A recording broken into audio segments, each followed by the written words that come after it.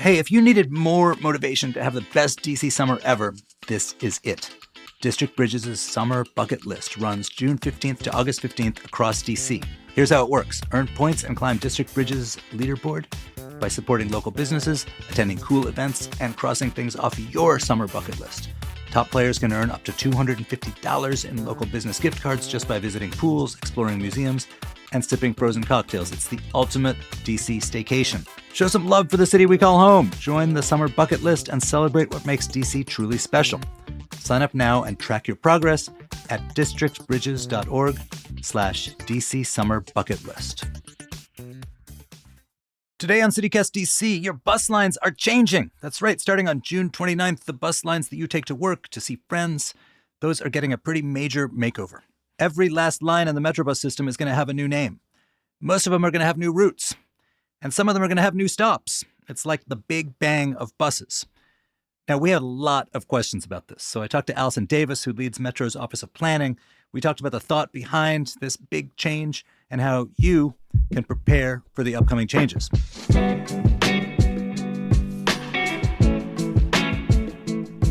Today is Monday, June 2nd. I'm Michael Schaefer, and here's what DC's talking about.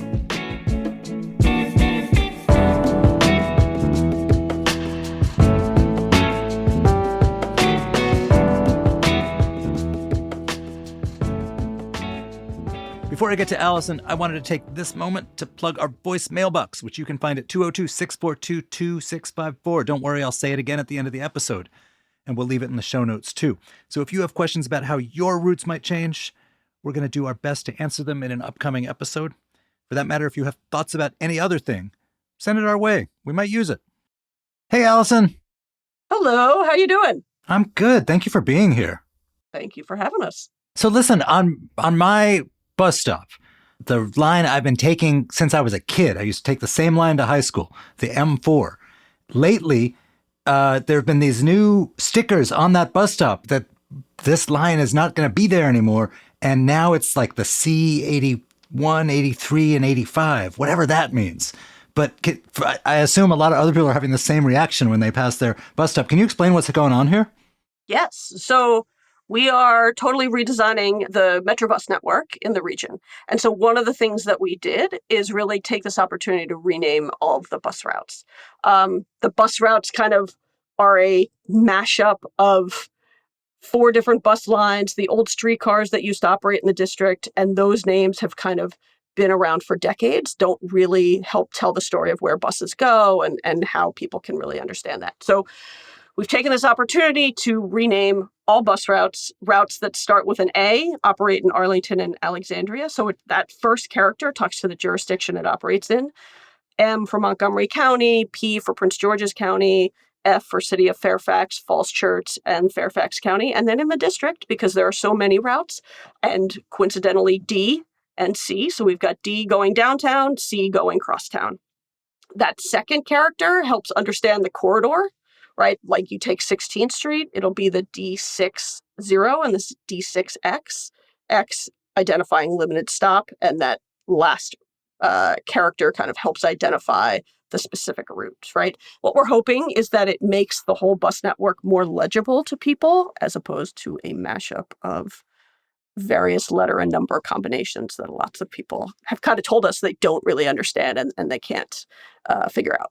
So you mentioned that Metro was created, the WMATA was created, that took over a bunch of formerly private transit companies, some local ones, some streetcars, and they all had their numbering systems, and Metro just kind of kept them, just repainted the buses with the new logo. And that was, 50 odd years ago. Makes perfect sense on one level that to make the system more legible to new people, it might entice more users. Has this been a long-time ambition, and how long has it been a practical plan that you guys have actually been working on it? Going through and really renaming all the bus routes, you wouldn't really do as just a one-off, right? Because we were redesigning that network, because we were really thinking about places that people want to go and how do we think about what that network should look like 50 years on.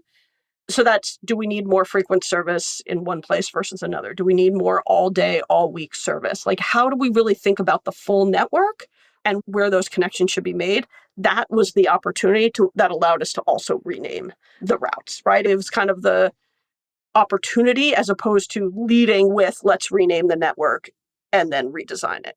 In the abstract, yes, a whole slew of new names that make sense is much better. On the day-to-day, like if it's tomorrow, that is a sort of confusing and unpleasant day. What kind of things are you doing to ease that transition? So one of the things is we've been working on planning this network, and we've been engaging the public, elected officials, our bus operators, and everyone else that we can find to talk to over the past 2.5 years. So that is like we got probably over 20,000 comments on draft networks that we took out and heard from various people, modified, based on a lot of those comments, took that all in. And now it's like we are launching this on June 29th. I wake up every morning with a countdown of exactly how many days left. And so thinking about how we tell people, right, it is now a numbers game. We are obviously, to your point, you see all the new bus stop flags. We are out at events that are kind of out there. We were out at Pedalpalooza, right, during the Cherry Blossom Festival. We were out at the Truck Touch, which was out at RFK a couple weeks ago. So we're taking advantage right now of events that are happening by others. Starting June 9th, we will be out in the system. We've got 260 events lined up between June 9th and like July 8th or 9th to really be out talking to people, letting them know that change is coming, how they can get more information. And for some of them, helping them understand what their new trip will be. And right. So our trip planner is up to date. If you go to wamata.com/trip planner, trip planner is all one word, 2 P's, trip planner. If you pick the June 29th or later, you can see what the new network is, right? Because it needs to work for a trip that I could make today. I need to be able to see what the network is and what my trip will be. And then I can also pick that forward date and really help people understand what those new connections are, maybe new names to your point, of how people can get around and take the bus. Right, so on June 29th, there's going to be some people who probably missed these events, and they're going to go out to their bus stop, and they're going to see a whole new number, and possibly a new destination and a new route.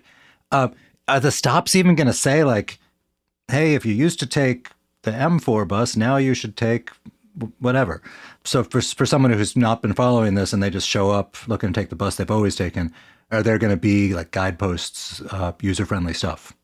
Yes, but you've got the bus stop flags, which are, obviously elevated, but also we are putting up at eye level that the change is coming and how to get more information.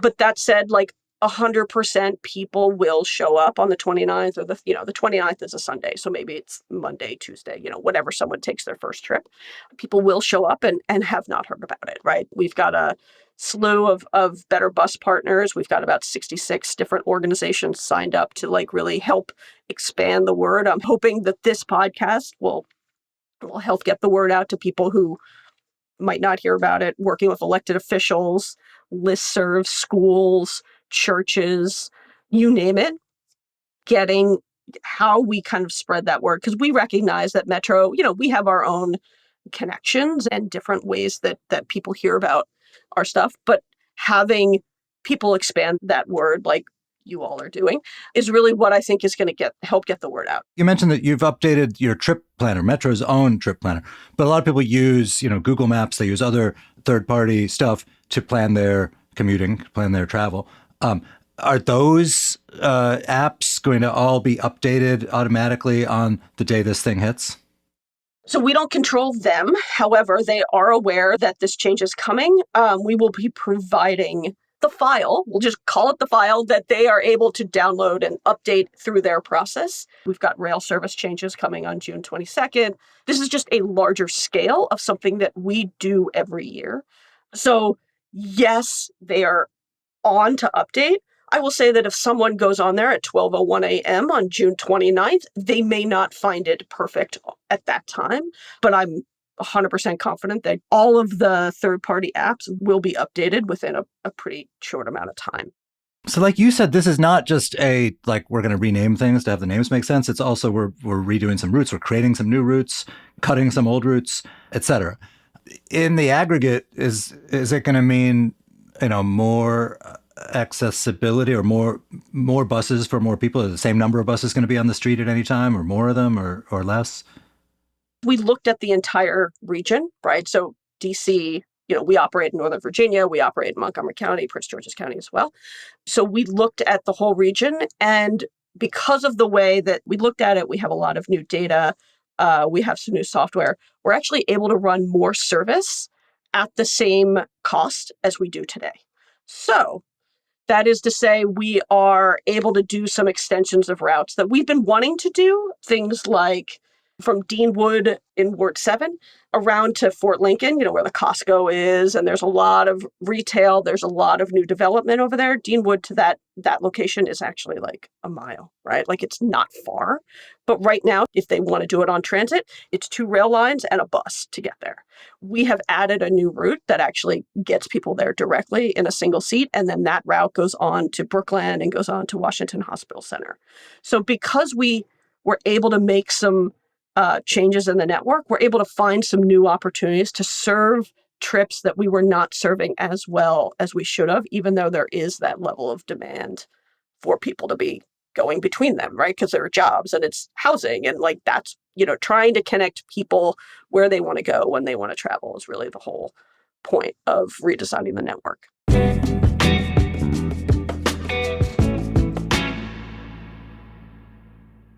One of Shakespeare's classics is now playing at the Folger Theater in a production you do not want to miss. The Folger's production of Twelfth Night, Shakespeare's great comedy about loss, love, and identity, is given a modern-day twist in this production, set in an underground club in a faltering empire, and it's full of joyful excess and lavish costumes. I'm telling you, you are going to leave this play wheezing from all the laughs and gasps. The Washington Post called it shamelessly entertaining, vibrant, and big-hearted. Y'all know I love going to plays, and DC's theater scene is absolutely on fire right now. Performances are on now and run through June 22nd, but tickets are going fast. So get yours today at folger.edu/12thnight. That's folger.edu/12thnight.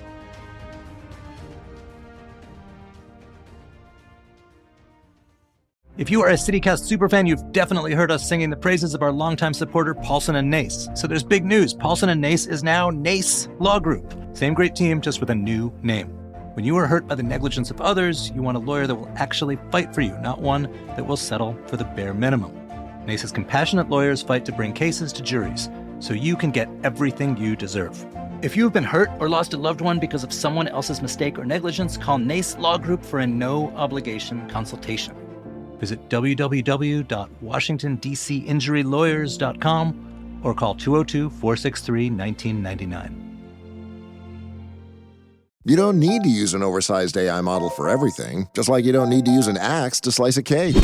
Find out how smaller models can deliver the right results and help cut AI costs up to 90% at IBM.com. The AI built for business. IBM.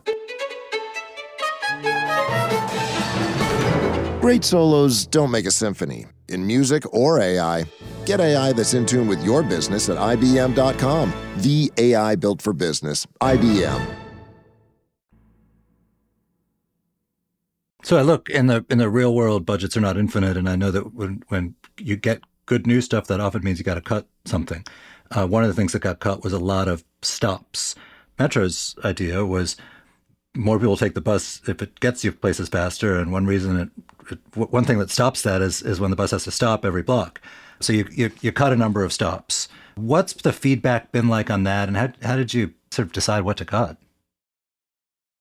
We did. So this is, again, kind of looking at this at the full regional level. We are eliminating about 530, call it 525 stops, which is like 5% of all stops that we have, right? I mean, I want to cut someone else's stop, but I don't want to cut mine. That is absolutely what we hear. Yes. Right. So it is really, but it's really a trade-off, right? It's accessibility, right? For having people get closer to where they want to go, or having a shorter walk or roll to get to the bus, or to, get off the bus, versus like fast getting where people want to go for people who are on board the bus, right? So those are the trade-offs. And those trade-offs are all across the redesign as we thought about some of the opportunities we had. But the focus for us was really on those major corridors, right? So if you think of like the 7079 on Georgia Avenue, soon to be the D40 and the D4X. So 40 is the Georgia Avenue number. Yeah, the D40 and then the D4X will be the limited stop. But, on Georgia Avenue, we have a lot of stops that are pretty close together. And like looking at our guidelines, that is a walkable, it's got sidewalks, it's got crosswalks. So there are opportunities to kind of take out a couple of the bus stops and spread them out at kind of what our guidelines are. So we looked at stops that are about 660 feet apart. And then if there were two stops, it was like low ridership versus high ridership. We kept the high ridership stop. We also assessed like, can you get there? Are there safe sidewalks, safe crosswalks, that sort of thing? And also trying to understand what the land use was around it. Is it perfect? No. And so we are getting feedback like, oh, there's a senior center right there. There's a daycare across the street. Like really trying to understand that. But we took this opportunity because we're looking at such a regional scale to where do we help speed up the bus? Because frankly, that's what gets people to ride. Fast, frequent, reliable transit is like how you get people out of cars and onto the bus. I mean, one of the things about bus systems that has changed and changed in DC much for the better is in general with technology, there's been a lot more focus on user experience and making the systems legible. Like when I was a kid, you would see a bus stop and it was just a flag that said Metrobus on it. It didn't say what route was coming or when it came or anything like that. And at some point, like a phone number got added that you could call and find out when the bus is coming. And, now some places there's a digital display. As part of this set of changes, are there other new kind of UX things coming, user experience things coming? So a couple things. A, we're making the font larger, right? So because, obviously for visually impaired or, low vision people, or even just people who are aging and like can't see that far, right? The numbers are bigger, the letters are bigger. We are also adding the destination, right? So a lot of people get to the street. They don't know which way is north or south or east, west, like whichever way you're facing, and don't know which side of the street they should be standing on to wait for the bus that they want. And so hopefully those types of things provide some guidance in the district. The stops and the shelters that are just like along the street, the DC Department of Transportation owns that. And so we're working with them to make sure that, all the maps are updated. All of the information that's there is as up to date as we can. So we're moving in that direction. And then on board the bus, we are creating like trifolds that kind of give the route information and kind of the frequency and, some of the key pieces that help people kind of identify where they are and how they can move around. I'm curious in a really nerdy way about how the sausage gets made here. And how did you all decide what changes to make? You're the Senior Vice President of Planning for Metro. I assume you ride the bus all day, every day and figure out where to go? I do. I mean, I love public transit. I've dedicated my career to it, as have many of us here at Metro. But we used a lot of data, to be honest, right? So we have our ridership data pre-COVID now, we've got all of that kind of ridership. One of the key pieces of information that we've not had until probably 2020, 21 is we have all the cell phone data, right? Like all of us use our cell phones, like it's exuding data all over the place. And so we have that information that tells us about trips that people are making that are not on transit, right? So that's the key piece that we've never really had before. And we were able to take that information to see like, all right, there are lots of trips. And take that Deanwood to Fort Lincoln example that I used, right? It's a mile apart, lots of movement between those two, but it's not on transit because right now it's 2 trains and a bus, but it's like a mile apart. Like we can serve that. Like it's dense on both ends. It does have to go through Route 50 and over there, so it's not walkable for people. So we were able to see that as an opportunity that there's lots of trips to make, which it incentivizes transit use, and it's something that we think we can be providing. It's that piece of information that lots of people on my team run a lot of analysis to really understand like where those opportunities are that would help us find the new places that we could connect, or maybe extensions that help get people where they need to go. Alternatively, maybe there's a lot more activity on Sunday than we knew about. And so we need more Sunday service. Like a lot of it was just understanding trips in the region, times of day, where they're trying to go that are not taking transit now, right? So that's that like much bigger piece that we only recently have really had a good understanding of. So like to use my own bus as an example, which is personal, but I think transportation for everyone is so personal. I live on this dinky little line that sort of runs quite infrequently and only on weekdays at its fullest extent between Rock Creek Park and Sibley Hospital. According to the sign, one of the replacement routes is going to go to Foggy Bottom. How'd you figure out that someone wants to get from my house to Foggy Bottom? It's not necessarily from your house specifically. I'm not going there. But yeah, I think a lot of it is the connection from across military and down Nebraska over to Sibley is like a connection we really wanted to beef up, right? Like Sibley, that is a place that there is jobs, there are, obviously healthcare. People need to go there if they're sick, if they're visiting people, whatever. And there's, other places in between, American University and the like. And so it was really, how do we connect those like key activity centers along the way? And then like, what's the major corridor in between? I think one of the ones you might be talking about is coming around to hit some of the schools, right? There's the new MacArthur High School. So that catchment area of Cleveland Park, Lover Park, coming on down, was really trying to make sure that the kids can get to school, because we do provide a lot of the school transportation for students in the district. You've been working for a couple of years now on this. What's interesting about this is it's like a big bang, right? It's all going to happen at once. I'm curious, have other cities, I assume someone has done something like this someplace, and I'm curious, what did you learn from them? What went wrong in other places that you're going to avoid, and what went right? So Houston, Texas, amazingly, not known for its like huge public transit persona, but like Houston, from my knowledge, was kind of one of the first ones to do this. And I think it was back in like 2012, 2013. So we talked to them, we had calls with them when we were scoping, like, how do we think through this? What are we trying to achieve? How did you measure it? We started calls with Houston, LA. Actually, on June 29th, Queens, New York City Transit is launching their Queens redesign, right? And so 70% of Queens bus service is getting changed on June 29th, with the other 30% happening in August.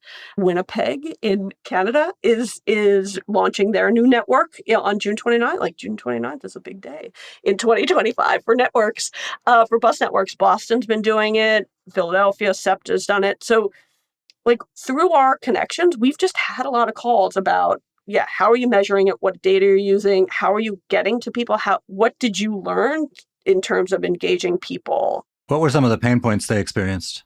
A lot of it is public engagement, but also making sure that elected officials and kind of key leaders in the region, whomever they are really engaged and understand what we're trying to do.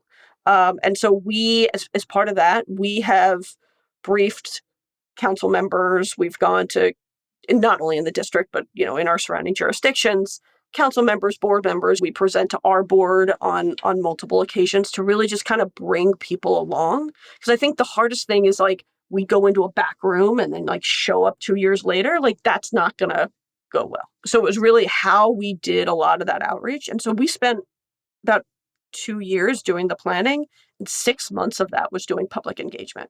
Like, not straight. We were out in 3 different chunks of time, but it was almost 6 months of talking to the public, engaging elected officials, getting feedback, and then showing the changes based on the comments we received. So that's not to say that every comment we got, we were able to take in, right? Like, lots of people want more transit and want more frequent service. And like, yeah, so do I. But like, we have a limited amount of resources. So there's not, like, we couldn't answer everything that everyone wanted to do. There are a lot of trade-offs for how you make decisions on, doing X versus Y. But I think that was kind of one of those key things. And we've seen it in other regions where elected officials kind of came in at the end and kind of stopped it. And it's because I think they weren't as brought along or as confident in what the output was. So I think that's one of our biggest success things, was because we've had so much engagement and we've talked to so many people. Let's go to the future. I know you got to go in a second, but just sketch me a picture. Say this thing succeeds, your wildest dreams. What does the system look like? We do want to be running more transit, but right now, I think a lot of it is we anticipate higher ridership. Now, that is not to say on day one, right? Letting everyone know it will be bumpy, right? Like, to the point that you brought up, Mike, people will show up that first day and like not know about it, right? So we got to get through some of that early pain.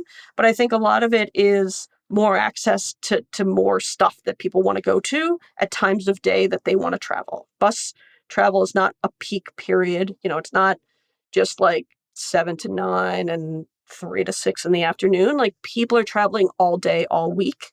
And so being able to give that frequent, consistent service all day, all week is what we're really pushing for. And like having that consistency, that brings better ridership. So those are kind of the two: it's accessibility, it's ridership, and then ultimately better legibility of the system, so that again generates more ridership, right? Like we're in the business for carrying people from where they want to go when they want to travel. In the meantime, as we await this blessed event, is there a site you guys have where I could go plug in, if I take such and such bus now, this is the one I will start to take after June 29th? Yes. So if you go to wmata.com, WMATA.com/betterbus, all one word, we've got a lot of information on there. So you can type in, you said you're on the M4. So type in the M4 and up it's going to pop the new route names. It also links to what we're calling a route profile. That route profile shows up. It's 2 pages. One is the full route with key pieces of information: libraries, schools, metro stations, grocery stores, whatever is like along that route to give people an understanding of where they are, along with streets.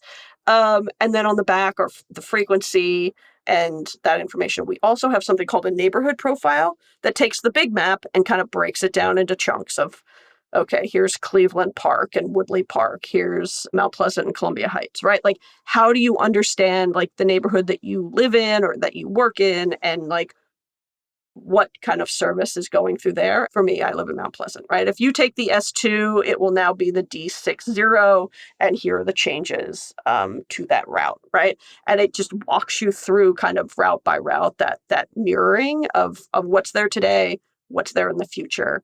And then we also have timetables.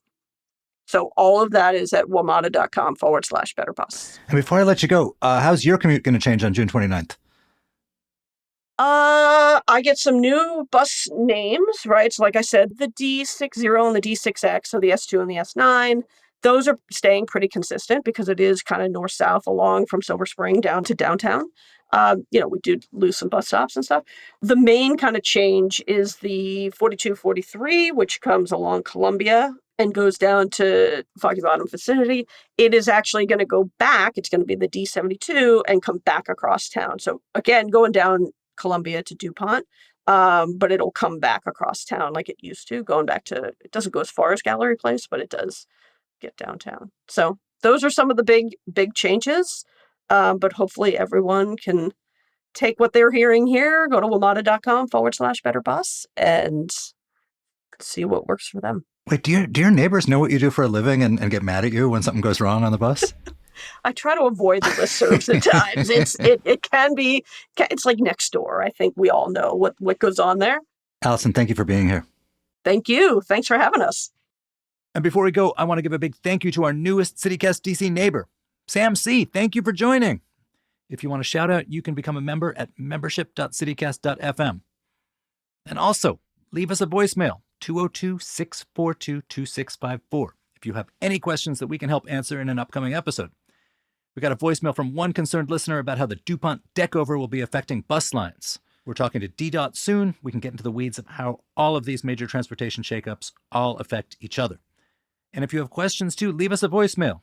Again, it's 202-642-2654, or you can email a voice memo to dc@citycast.fm. Once again, that's 202-642-2654, and we will do our best to answer your questions or talk to someone who can.